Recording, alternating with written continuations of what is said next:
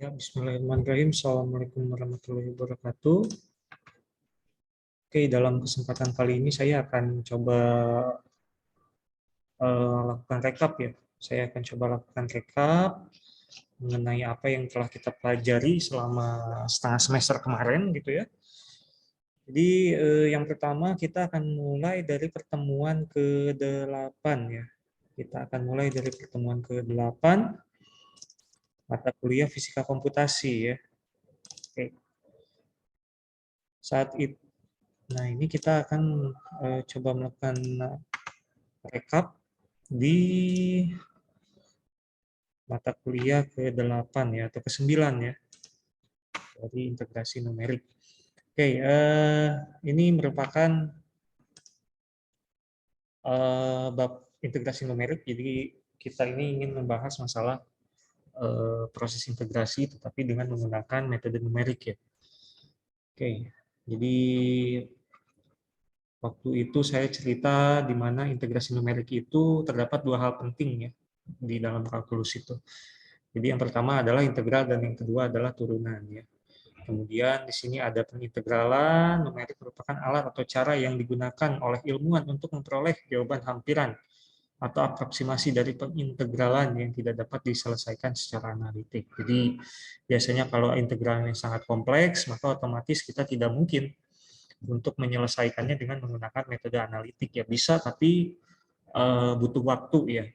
Tetapi kalau misalkan sangat kompleks dan memang harus saat itu juga kita dapat nilainya gitu ya, maka otomatis kita harus bisa menggunakan metode numerik ini, yaitu dalam bab integrasi numerik. Misalkan ini contohnya adalah fungsi yang dapat dihitung integralnya, ini adalah contoh-contoh yang bisa kita hitung integralnya. Jadi ini adalah integral-integral yang dapat kita hitung, karena ini merupakan apa ya namanya tuh, identitas ya. Jadi ini adalah integral identitas gitu ya, yang biasanya sudah eksak gitu ya. Kita sudah tahu bahwa integral 1/x dx itu adalah ln x ya, ditambah dengan c ya. Tapi bagaimana kalau misalkan bentuknya itu sangat rumit ya? Bentuknya itu sangat rumit seperti yang ada di dalam layar ini yang saya merahkan ini waktu itu.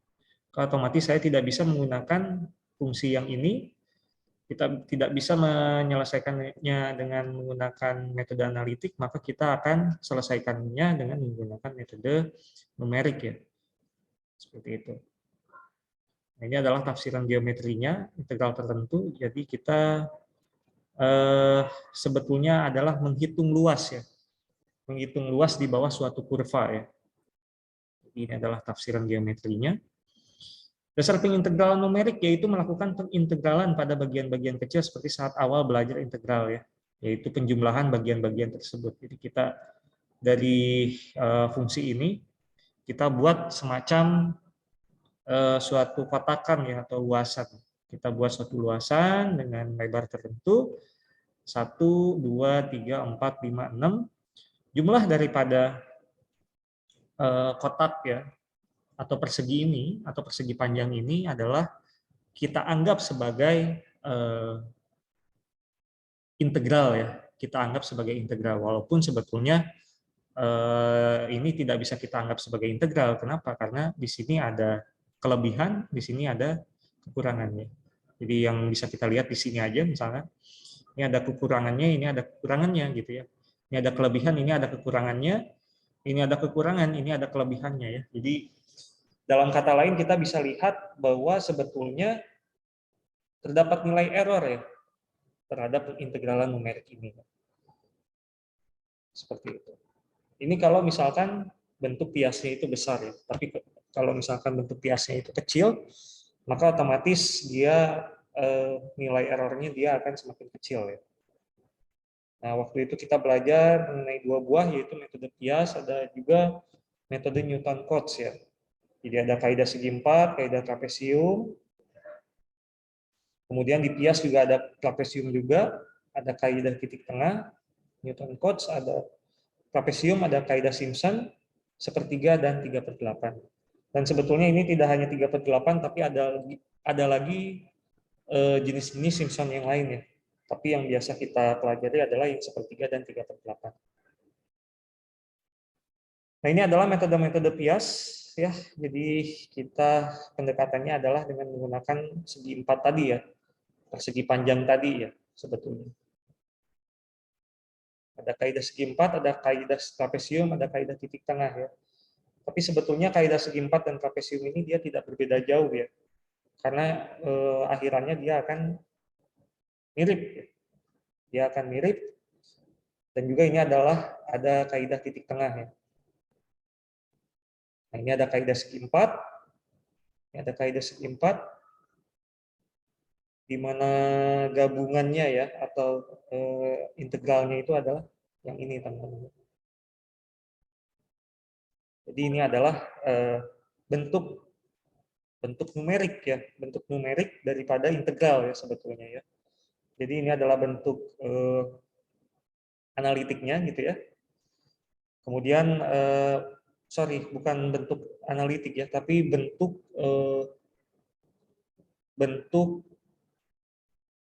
matematis ya.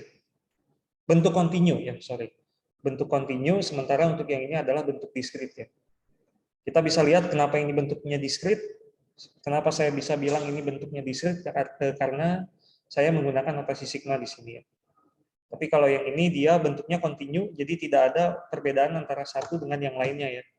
Jadi dia pure perhitungannya tidak ada dalam bentuk diskrit ya. Kalau di sini kan kita metode numerik itu kan pendiskritisasi ya. Jadi kita buat diskrit. Jadi untuk yang bagian ini kita bikin diskrit pertama, kemudian yang ini adalah diskrit kedua, ketiga, keempat, dan seterusnya dan seterusnya. Tetapi kalau untuk integral secara analitik atau secara kontinu ya, dia itu tiap satu nilainya itu dia tiap titiknya itu dia memiliki nilai tersendiri ya. Seperti itu. Nah, ini juga kaidah trapesium bahwa sebetulnya sama saja ya, sama saja nilai daripada kaidahnya itu sama saja teman-teman. Nah, ini ada trapesium gabungan.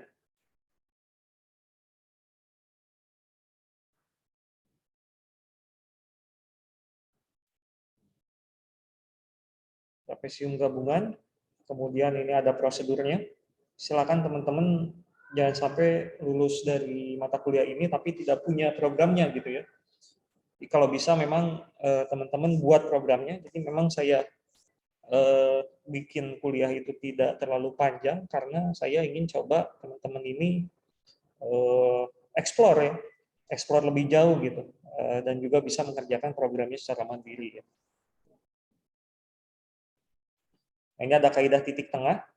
Kalau tadi dia memakai yang bagian sisinya, tapi kalau yang ini kita menggunakan titik tengahnya ya, seperti itu.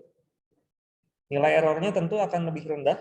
Mengapa lebih rendah? Karena di sini kita memiliki semacam kompensasi ya. Kelebihan yang ada di sini itu sebetulnya bisa kita kompensasikan di kekurangan yang ada di kiri ini. Maka dari itu biasanya kaidah titik tengah ini dia nilai errornya akan lebih rendah, jauh lebih rendah daripada kaidah-kaidah yang lain. Nah, ini adalah rumus untuk kaidah titik tengah gabungan. Sementara yang ini adalah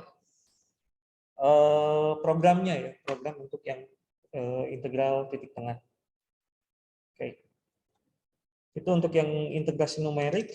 Kita akan coba ke diferensiasi numerik.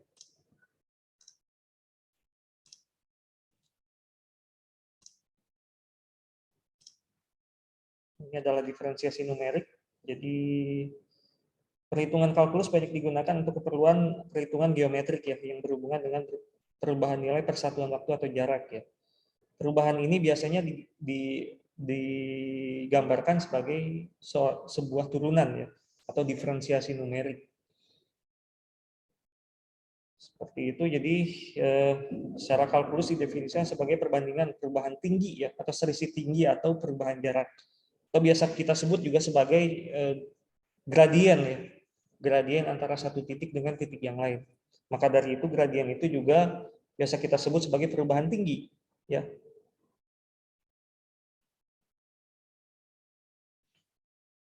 Mengapa perlu metode numerik? Tentu saja terkadang terdapat suatu fungsi yang sulit dihitung secara manual untuk mengotomatiskan tanpa harus menghitung manualnya.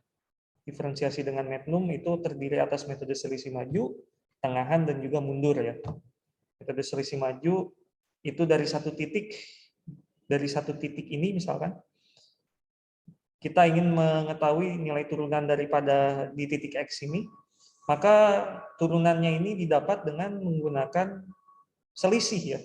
Selisih antara fx plus h dikurangi dengan fx dibagi dengan lebar biasnya ya. Makanya dia itu disebut dengan selisih maju karena saya ingin menghitung gradien di titik X, tapi saya butuh satu titik di depannya gitu ya. Makanya dia disebut dengan sebagai metode selisih maju. Berbeda dengan metode selisih mundur, kalau tadi selisih maju itu saya butuh satu titik di depannya, kalau untuk yang selisih mundur saya butuh satu titik di sebelumnya, gitu teman-teman ya. Itu untuk yang selisih mundur. Kemudian untuk yang selisih tengah, itu saya ingin menghitung nilai di titik X, nilai turunan di titik X, tetapi dengan bantuan satu titik di setelahnya dan satu titik di sebelumnya, teman-teman. Jadi itu perbedaan antara metode selisih maju, selisih mundur, dan selisih tengah. Kalau menurut saya memang metode selisih tengah ini dia lebih ke lebih make sense ya. Jadi saya ingin tahu titik gradien di titik X itu ya saya butuh satu titik di depan saya dan satu titik di belakang saya. Seperti itu. Lebih make sense bila kita bandingkan dengan selisih maju dan selisih mundur. Dibuktikan juga dengan nilai error untuk metode selisih tengah itu lebih kecil bila kita bandingkan dengan metode selisih maju dan juga metode selisih mundur ya. Nah, ini adalah hampirannya gitu ya. Kita sudah pernah pelajari sebelumnya. Ini juga sama. Kemudian ini juga selisih pusat. Nah, ini adalah kuncinya adalah teman-teman menghafalkan rumus turunan ini saja gitu ya. Selisih maju itu F1 dikurangi F0 maksudnya adalah satu langkah setelah satu langkah di titik setelah titik yang ingin Anda cari gradiennya gitu ya. Juga untuk rumus turunan kedua kita juga sudah pernah menurunkan untuk yang ini. Nah, ini adalah algoritma diferensiasi numerik selisih tengahan ya.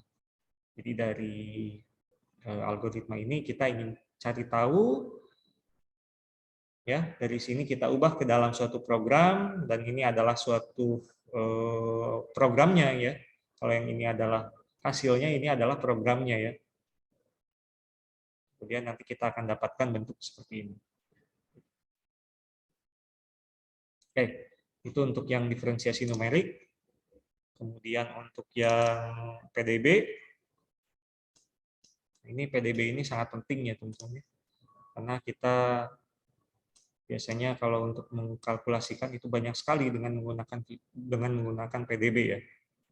Banyak sekali fenomena fisis itu kita menggunakan PDB ya. Nah, ini jenis-jenis persamaan diferensial, kita sudah pernah bahas persamaan diferensial biasa itu seperti apa, persamaan diferensial parsial itu seperti apa ya. Kemudian ini adalah contoh persamaan diferensial dalam fisika ya. Jadi di dalam suatu persamaan itu dia ternyata terdapat sebuah diferensial ya. Dan ini kita harus mencari solusinya ya. Kita tidak bisa kita tidak bisa mendapatkan atau mensimulasikan hanya dalam bentuk ini aja. Melainkan kita harus mengubah bentuk ini menjadi bentuk solusi ya. Di persamaan diferensial itu erat kaitannya dengan solusi ya, teman-teman. Jadi kita harus cari solusi nih dari persamaan diferensial ini. Ini adalah ada PDB order 1, jadi biasanya kita sebut Y aksen atau diferensial itu, persamaan diferensial ini, itu dengan tulisan Y aksen ya, atau sama dengan Fx, Y ya. Jadi ini adalah sebetulnya adalah kesepakatan aja ya, kesepakatan antara para fisikawan ya.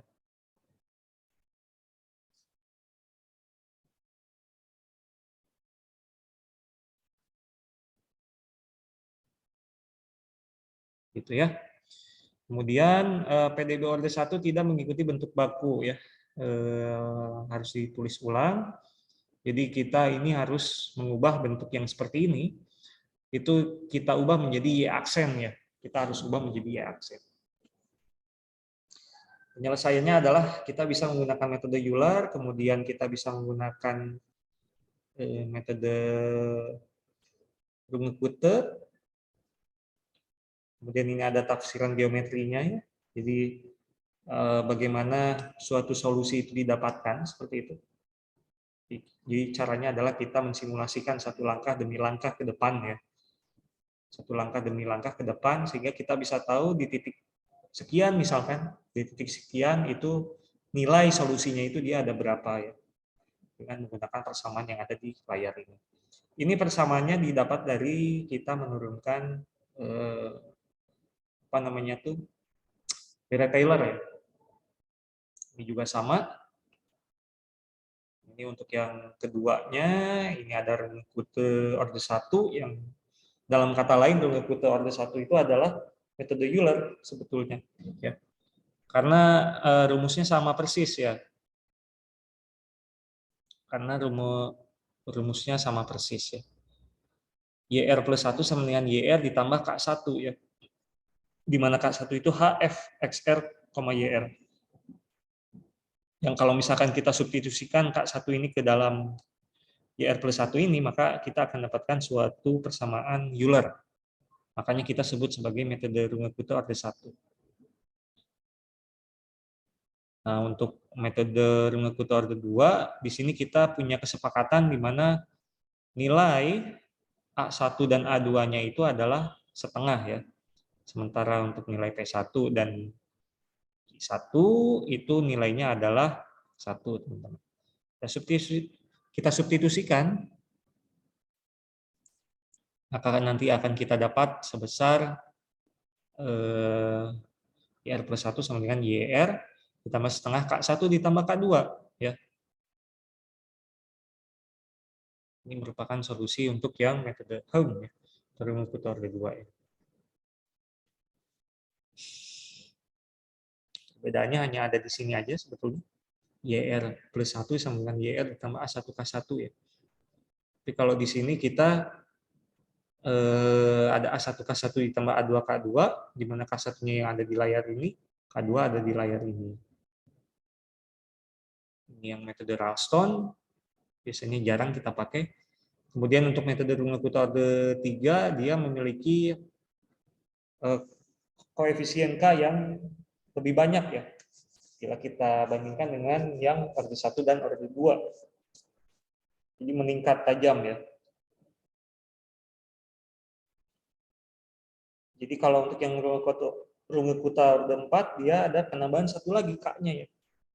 Jadi order itu ternyata didasari oleh banyaknya nilai K ya. Apabila ada 4 ya berarti kita sebut metode Runge-Kute itu order 4, teman-teman. Oke. Itu untuk yang PDB. Kemudian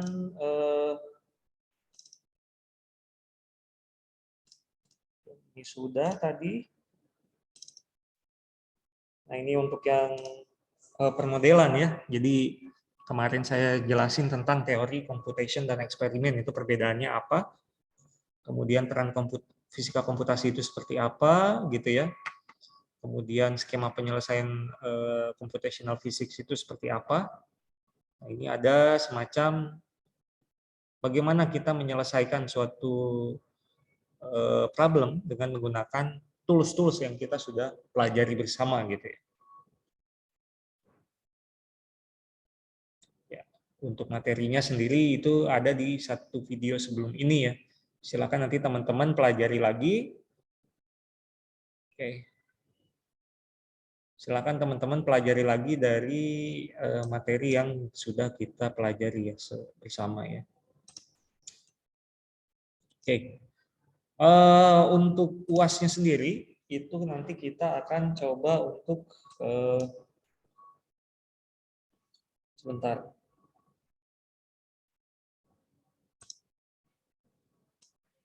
Untuk UAS-nya sendiri kita akan coba untuk take home ya. Jadi saya akan berikan waktu beberapa hari gitu ya untuk mengerjakan UAS-nya gitu teman-teman ya. Jadi berkaca dari kemarin ujian tengah semester itu saya akan coba teknik baru yaitu dengan menggunakan take home ya. Jadi saya harap memang nanti nilai dan juga hasil daripada ujiannya itu lebih baik ya bila kita bandingkan dengan yang kita lakukan di UTS kemarin gitu ya.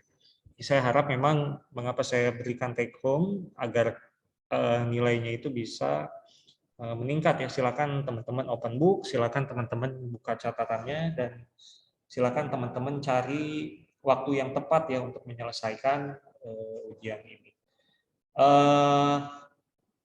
Catatan saya ketika misalkan nanti mengerjakan ujian, maka saya mohon jangan sampai terlambat karena ketika misalkan terlambat maka akan saya tidak akan terima ya, saya tidak akan terima untuk ujian yang terlambat ya, pemberian hasil yang terlambat. Saya akan buka pengiriman ujian itu melewati Google Form, mungkin melewati Google Form, jadi akan saya tutup pemberian tugas itu atau pemberian penerimaan UAS itu di waktu tertentu ya. Nanti untuk waktu dan juga tanggalnya silakan standby saja di hari H ya. Pengumpulannya apakah 2 hari atau 1 hari itu nanti kita lihat saja ke depannya. Mekanisme pengumpulannya lewat Google Form dan akan saya tutup jika sudah melewati waktu yang kita sepakati ya. Kemungkinan untuk ujiannya sendiri itu saya beri waktu 1 hari ya. Seperti itu. Oke, baik. Mungkin dari saya itu dulu. Semoga sukses untuk ujian akhir semesternya. Silakan teman-teman pelajari. Resources sudah saya berikan untuk yang video lewat YouTube semuanya. Jadi silakan teman-teman pelajari saja dari sana. Dan juga kalau misalkan nanti ujian menemukan kesulitan, silakan teman-teman cari penyelesaiannya mungkin di internet atau dari jurnal atau dari buku ya. Seperti itu. Baik, dari saya itu dulu. Saya tutup dulu. Assalamualaikum warahmatullahi wabarakatuh.